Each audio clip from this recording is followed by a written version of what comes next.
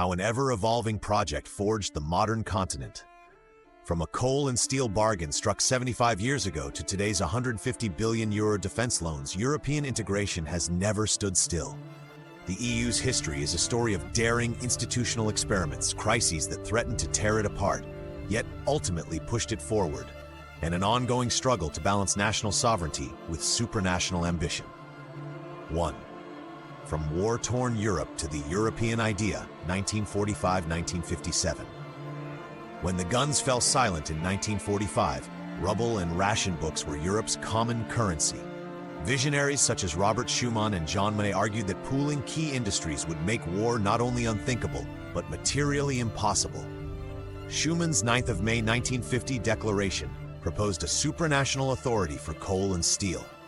Within a year, 6 states signed the Treaty of Paris, creating the European Coal and Steel Community, ECSC. Wikipedia. The logic was economic and political. Bind France and West Germany so tightly together that rivalry became obsolete.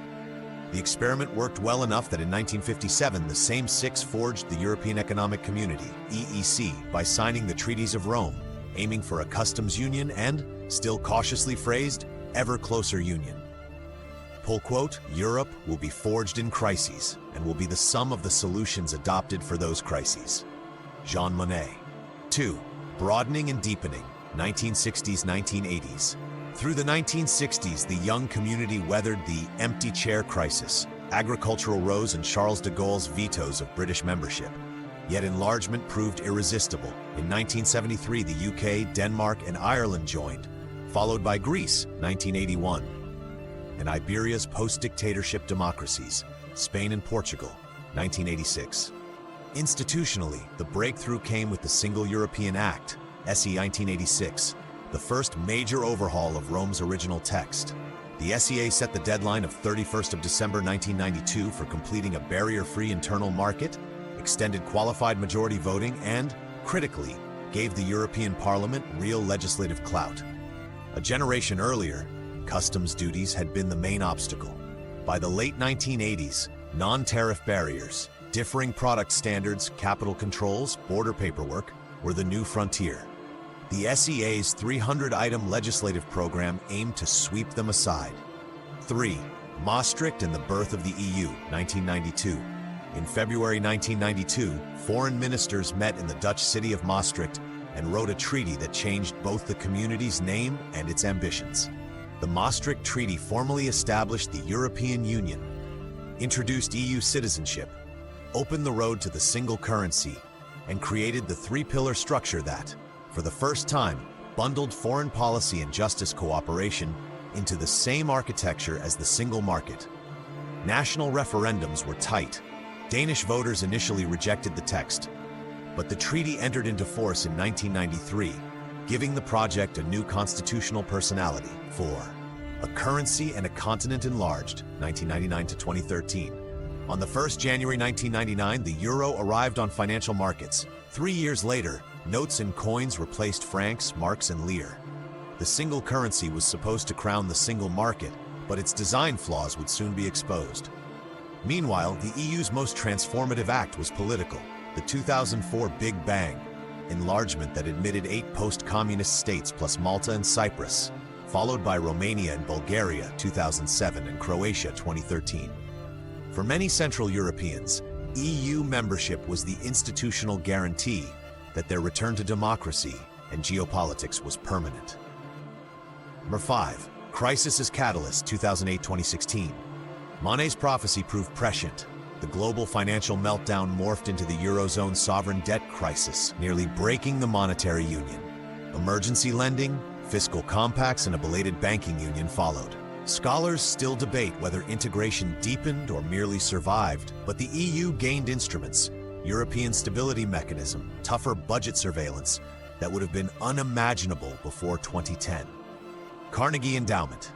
No sooner had bond yields stabilized than a refugee surge from Syria and beyond tested Schengen's passport-free borders. And in June 2016, the United Kingdom voted to leave, delivering the first instance of disintegration in EU history. The divorce, finalized on the 31st of January 2020, forced both sides to confront trade frictions, fish quotas, and a hard border in Ireland. House of Commons Library. 6. The Lisbon Turn. A stronger parliament, a louder citizen, 2009. Under the Lisbon Treaty, signed 2007, enforced 2009, co-decision became the ordinary legislative procedure, elevating MEPs to equal lawmakers with ministers in most fields and making the Charter of Fundamental Rights legally binding. Lisbon also introduced the Citizens' Initiative. 1 million signatures can compel the Commission to consider new law, marking a small but symbolic boost for participatory democracy. European Parliament. European Parliament 7. Resilience, Green Deals, and Digital Decades, 2020-2024. COVID-19 was perhaps the gravest shock since 1945. In July 2020, leaders agreed a €806 billion recovery instrument branded Next Generation EU, jointly borrowing on markets to fund national reform plans, another once taboo idea that crisis made possible. European Commission simultaneously, the von der Leyen Commission pitched the European Green Deal, with laws to cut net emissions 55% by 2030. In February 2024, it went further, proposing a 90% reduction target by 2040, anchoring decarbonization across 2 decades of policymaking. Clean energy wire voters, however, voiced unease.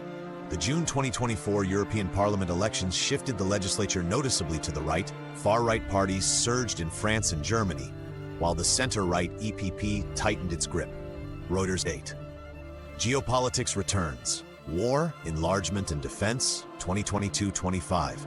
Russia's full-scale invasion of Ukraine in February 2022 jolted the EU into acting as a security player. Sanctions, ammunition procurement, and energy price caps followed at unprecedented speed. In June 2022, Kyiv secured official candidate status, with formal accession talks opening in December 2023.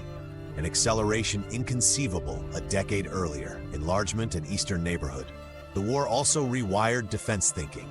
In March 2025, the Commission unveiled SAFE, Security Action for Europe, a €150 billion loan facility to help states buy missile defense, drones, and cyber tools. A draft UK-EU security pact would even let British firms tap the fund, despite Brexit. European Commission The Guardian sidebar, did you know? The EU budget is just over 1% of the bloc's GDP, roughly what Germany alone spends on defense under its new Zeitenwende. The euro is legal tender in 20 of 27 member states, plus microstates and territories from Andorra to St. Pierre et Miquelon. Erasmus Plus has funded study abroad for more than 14 million Europeans since 1987. Num 9. What the EU has and hasn't changed economics. The single market of 450 million consumers is the world's largest, but productivity gaps persist between Northwest and Southeast. Politics. Illiberal trends in Hungary and parts of Poland underscore tensions between EU values and national identity. Society. Freedom of movement has created a pan-European labor pool, yet also stirred fears of brain drain. Global role. The EU negotiates as a trade superpower, but wields more limited hard power, hence today's scramble to rearm. 10. The road ahead.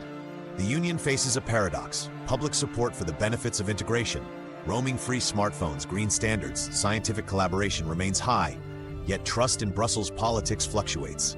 Decisions due over the next decade include treaty reform to cope with a 30-plus member union, funding the green transition without alienating farmers and industry, balancing security with openness as AI, chips, and energy reshape strategic dependencies. History suggests the EU will muddle, argue, and compromise its way forward, only to emerge with new tools it cannot imagine today. From coal and steel to climate law and common borrowing, integration has thrived not despite crises, but because of them. The project remains complex, contested, and for the foreseeable future, indispensable to Europe's peace and prosperity.